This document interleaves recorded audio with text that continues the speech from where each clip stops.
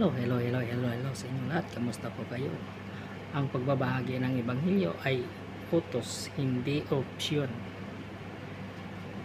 Ang Great Commission ay hindi great suggestion kung tayo'y ligtas na tungkulin nating ibahagi ito sa iba at sumunod sa utos ng ating Diyos. Ano ang sabi niya dito sa Mateo chapter 28 verse 19 to 20?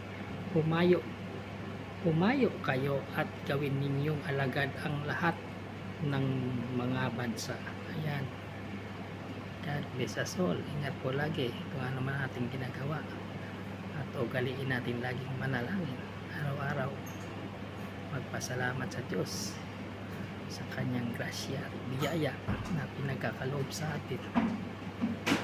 Ingat lagi. Bye-bye.